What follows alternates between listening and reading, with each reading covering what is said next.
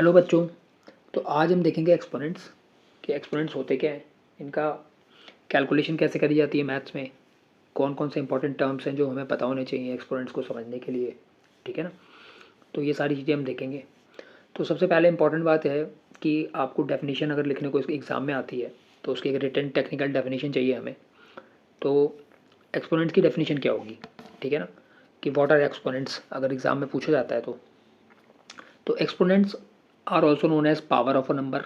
ठीक है ना, इसी को हम बोलते हैं 10⁻², 10⁻³ या 10⁻5, 10⁻9, 5⁻6, है ना। तो ये सारी power of a number and it tells us कि how many times that number is multiplying by it. ठीक है ना। तो ये हमें ये भी बताता है कि अगर ये पावर जो लगी हुई है तो उस पावर का मतलब क्या है, कि मान लो अगर आपको कोई कह रहा है कि भैया हमने 5⁻³ लिखा हुआ है, तो इसका मतलब क्या है, इसका मतलब है कि ये ऊपर जो पावर है इतनी बार 5 अपने आप से ही मल्टीप्लाई होगा, यानी कि इसका आंसर है 125। कैसे आया, जो भी पावर लगी हुई है उतनी बार जिस नंबर के ऊपर पावर लगी हुई है, अभी इनके नाम होते हैं, ये नेक्स्ट स्टेप में हम सीखने वाले। ठीक है ना, तो फिर हम उसी टर्म में बात करेंगे। बट अभी के लिए आप ये समझो कि जो पावर होती है उतनी बार वो नंबर मल्टीप्लाई करा जाता है। ठीक है ना। तो ये असल में कितनी बार इस नंबर को मल्टीप्लाई करना है, ये वो नंबर होता है। ठीक। तो ये होता है एक्सपोनेंट्स। और मैं ये डेफिनेशन नोट करने के लिए बोलूँगा आपको, ये नोट कर लीजिए। एग्ज़ाम में अगर आता है तो ये हमें लिखना पड़ता है, छोटी क्लास के बच्चे इंग्लिश में बना के नहीं लिख सकते। ठीक है ना। तो चलिए अब देखते हैं हम कि कौन कौन सी टर्म्स हैं जो इन्वॉल्व होती हैं एक्सपोनेंट्स के अंदर। ठीक है ना। आइए, तो अब हम देखेंगे कि terms involve in the exponents. तो यहाँ पे देखिए, हमने ऐसे ही पावर्स लिखी जाती हैं, हमने इसे ऐसे ही लिख दिया है यहाँ पे बड़े से 10⁻4 ले लिया हमने, 10⁻4। तो यहाँ पे पहले आपको ये समझना है कि जो भी नीचे लिखा होता है, जो नंबर नीचे लिखा होता है, इसे बोलते हैं बेस। बिल्कुल अच्छे से याद करनी है इस बातों को, इसे बोलते हैं नीचे लिखे वाले को बेस।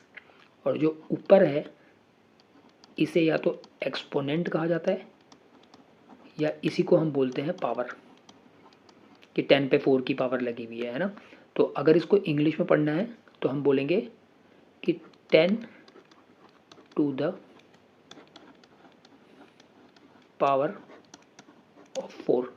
ठीक है ना।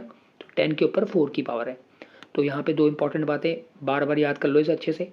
जो नीचे लिखा होता है उसे बेस बोलते हैं, जो ऊपर लिखा होता है उसे एक्सपोनेंट या पावर बोलते हैं, क्योंकि क्वेश्चंस में यही टर्म्स आएंगे, फिर आपको क्वेश्चन समझ में नहीं आता कि क्या बोला जा रहा है। ठीक है ना। तो इस बात को यही क्लियर कर लेना, नीचे लिखे हुए नंबर को बेस बोलते हैं, ऊपर लिखे हुए नंबर को एक्सपोनेंट या फिर उसे ही पावर बोला जाता है। ठीक है। चलिए अब आते हैं हम नेक्स्ट स्टेप पे। अब हम देखेंगे लॉज ऑफ एक्सपोनेंट्स।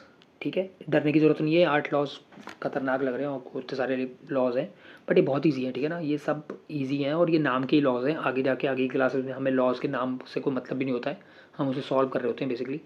बट अभी छोटी जूनियर क्लासेस में आपको ये याद करने पड़ेंगे इन लॉज के नाम, और क्वेश्चन में आएगा कि व्हाट इज़ प्रोडक्ट रूल, तो आपको ये लिखना पड़ेगा, आपको ये सब चीज़ें करनी पड़ेगी। ठीक है ना। तो 8 लॉज हैं, आप इनके नाम एक बार देख सकते हैं।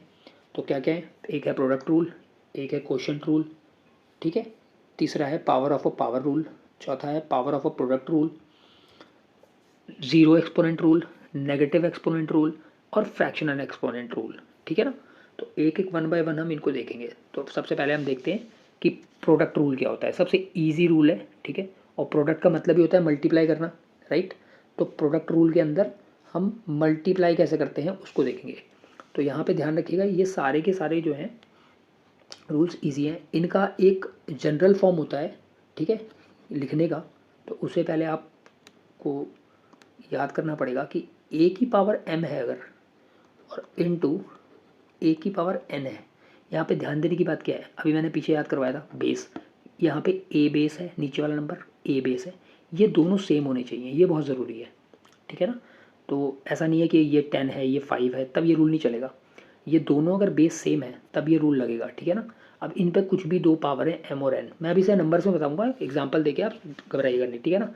तो ये इक्वल टू होता है a⁻m+n, यानी कि मल्टीप्लाई करने में पावर्स ऐड हो जाती हैं।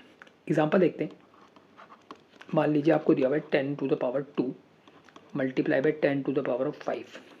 इसको आपको सॉल्व करना है। तो आप देखिए यहाँ पे 10 ए के बराबर है, 10 ए के बराबर है, दोनों 10 कॉमन है, सेम है, और ऊपर पावर लगी हुई है ये। तो ये अगर पावर m है n है तो ये दोनों ऐड हो जाते हैं, यानी कि इसको हम इक्वल टू करके इन दोनों को एक बार लिखेंगे और जो पावर है उसे प्लस कर देंगे। तो फाइनल आंसर हो जाएगा 10⁻7। एक और एग्जांपल देखते हैं, अगर नेगेटिव में हो तो कैसे होगा। ठीक है, ब्रैकेट्स का यूज़ करने का मैं हमेशा बोलता हूँ बच्चों को, ब्रैकेट का यूज़ करने से हमें कभी भी दिक्कत नहीं होती है किसी चीज़ की।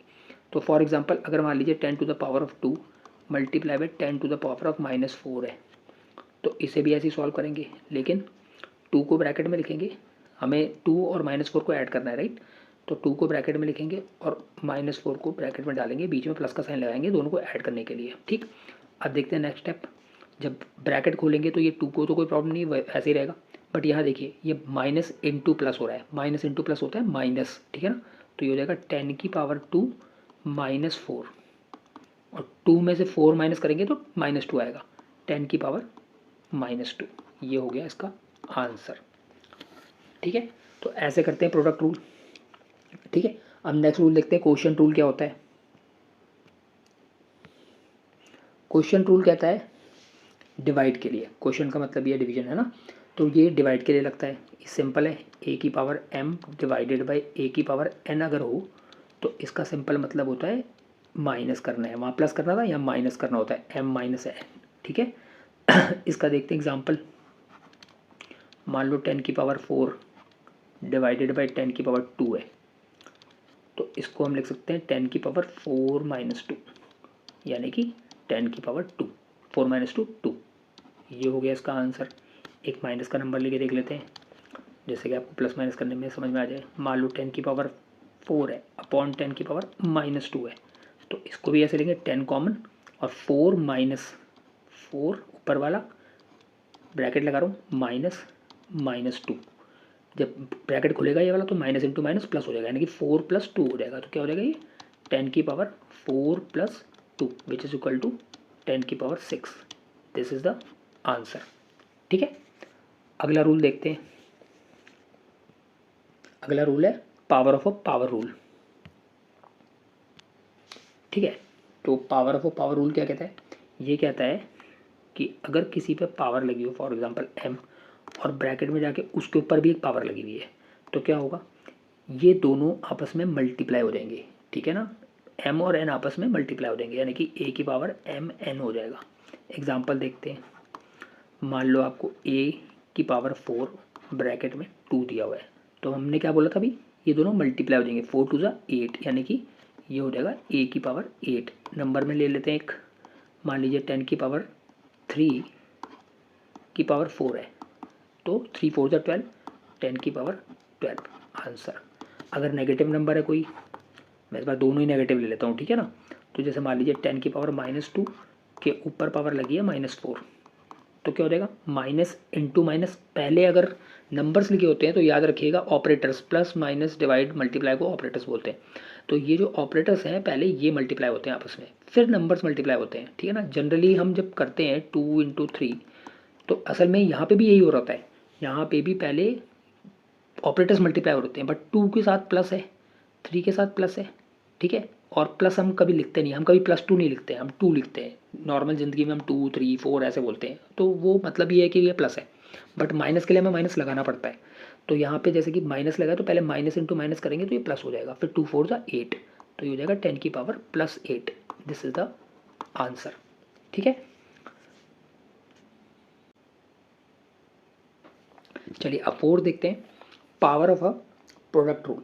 ठीक है, कि power of a product rule का मतलब क्या होगा, कि अगर दो नंबर का प्रोडक्ट हो रहा है, ठीक है, मान लीजिए a × b हो रहा है और इस पर कोई पावर लगी हुई है, ठीक है ना, m लगा हुआ है मान लो, तो ये जो पावर है ये दोनों में इक्वली स्प्रेड हो जाएगी, यानी कि a की पावर m, अब ये दोनों मल्टीप्लाई हो रहे हैं, मल्टीप्लाई रहेंगे, और b की पावर m।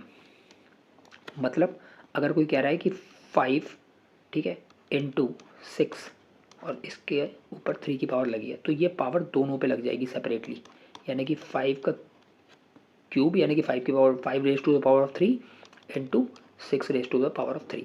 फिर इसे हम सॉल्व कर लेंगे 5 को, 5 इंटू 5, मैंने बताया था ना पावर का मतलब उतनी बार मल्टीप्लाई होगा, और जो भी इसका आंसर आएगा उससे मल्टीप्लाई कर देंगे 6 इंटू 6 इंटू 6 से, तो फाइनल आंसर आ जाएगा। या फिर हम पावर में ऐसे भी आपकी एक्सरसाइज में, छोटे बच्चों की एक्सरसाइज में यही आंसर होते हैं।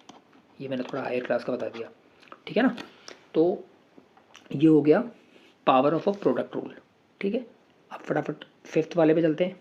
फिफ्थ वाला क्या है, power of a quotient rule, ठीक है। अभी मल्टीप्लाई हो रहे थे तब पावर लगी थी, तो क्या करना था, अब डिवाइड हो रहे हैं तो क्या करना है, सेम चीज़ करनी है। मतलब अगर मान लो कोई नंबर है a अपॉन बी और इस पर m की पावर लगी है, तो इसका सिंपल मतलब है कि ये a की पावर m अपॉन b की पावर m है। एग्जाम्पल देख लेते हैं। अगर कोई कह रहा है कि 5/7 का टू द पावर 2 है, स्क्वायर हो रहा है, तो इसका मतलब है कि 5 का स्क्वायर अपॉन 7 का स्क्वायर होगा, ठीक है ना। This is the answer. ये पावर दोनों में स्प्रेड हो जाएगी, ठीक है। आगे चलते हैं।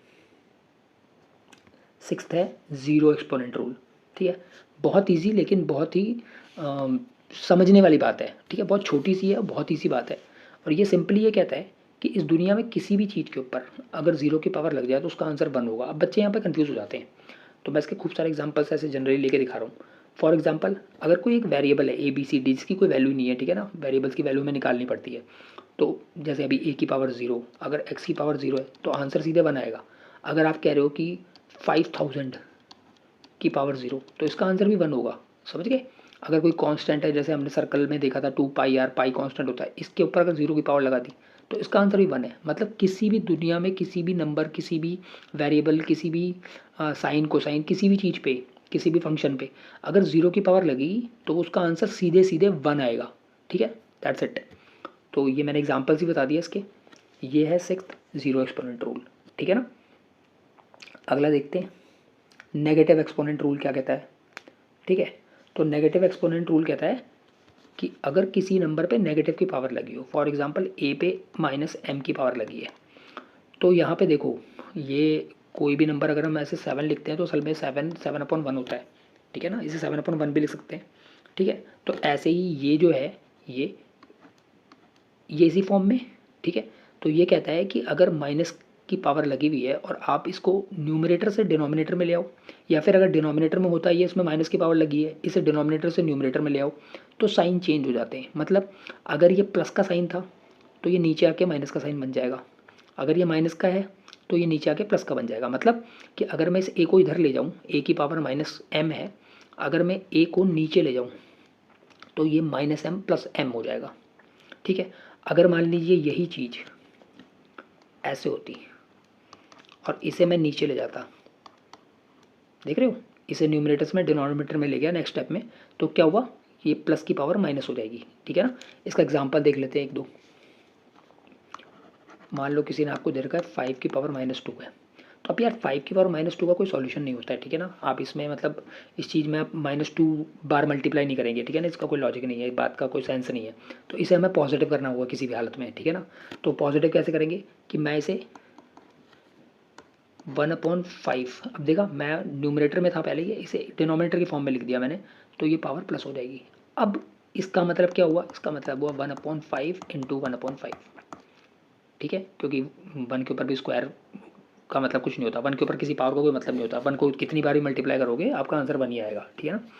तो यहाँ पे आपको घबराने की और कंफ्यूज होने की बात नहीं है, बस इतना है कि अगर ये यही चीज़ 5 की पावर 2 प्लस का लिखा है, मैं इसको ऊपर लिख दूंगा तो ये प्लस का माइनस हो जाएगा। अगर माइनस का ऊपर लिखा है या प्लस का ऊपर लिखा है उसे नीचे लाऊंगा तो ये उल्टा साइन हो जाएगा, प्लस का माइनस, माइनस का प्लस, ठीक है ना। अब लास्ट रूल है वो भी देख लेते हैं, वो क्या कहता है, वो है फ्रैक्शनल एक्सपोनेंट रूल, ठीक है ना। तो फ्रैक्शनल एक्सपोनेंट रूल क्या बोलता है कि अगर पावर फ्रैक्शन में लगी हो, m/n ऐसे फ्रैक्शन में अगर पावर है, तो इसका सिंपल मतलब होता है a की पावर m। एग्जाम्पल देखते हैं। मान लीजिए कि आपको दे रखा है 5 3/2 की पावर है, ठीक है ना। 5 के ऊपर 3/2 की पावर है, याद रखना ये पावर है, ठीक है, ये मिक्स फ्रैक्शन नहीं लिखा हुआ है, पावर है ये। तो इसका सिंपल मतलब है ये, इसका मतलब देखो, जब ये ऐसे लिखते हैं ना तो हम इसे रूट बोलते हैं, और असल में यहाँ पे 2 लिखा होता है उसमें, ठीक है ना, बट हम जनरली रूट क्योंकि सबसे छोटा होता है तो इसलिए मतलब सबसे छोटी क्वांटिटी है क्यूब और इन सब में सबसे बेसिक नीचे की क्वांटिटी है, तो इसीलिए हम यहाँ पे 2 लिखते नहीं है जनरली, ठीक है ना। जैसे 10 की पावर 1 को हम कभी भी 10 की पावर 1 नहीं लिखेंगे, हम सीधे से 10 लिख देंगे, बिकॉज 10 की पावर 1 का मतलब 10 ही हुआ है ना। तो ये असल में रूट है, ये स्क्वायर रूट ही है, ये स्क्वायर रूट है, तो स्क्वायर रूट ऑफ 5 का क्यूब हो जाएगा। अगर यही चीज़ ऐसे होती कि 5 की पावर 4/3 होता, तो इसको हम ऐसे लिखते हैं, ये है क्यूब रूट, ठीक है। तो रूट, स्क्वायर रूट और क्यूब रूट की वीडियोस मैं डालूंगा, स्क्वायर रूट की तो डल भी चुकी है, आप एक बार वहाँ पे उसको कंसिडर कर लीजिएगा अगर आपकी क्लासेस में ये आता है और ये रूट्स वगैरह हैं इन्वॉल्व। नहीं है तो छोटी क्लासेस के बच्चे इस रूल पे ज़्यादा ध्यान देने की ज़रूरत नहीं है उन्हें, ठीक है ना, क्योंकि पहले आपको रूट वगैरह सीखना पड़ेगा इसके लिए, ठीक है। जिनके में है वो पहले रूट्स को समझ लें, फिर वो ये बातें बहुत आराम से समझ जाएंगे, ठीक है ना।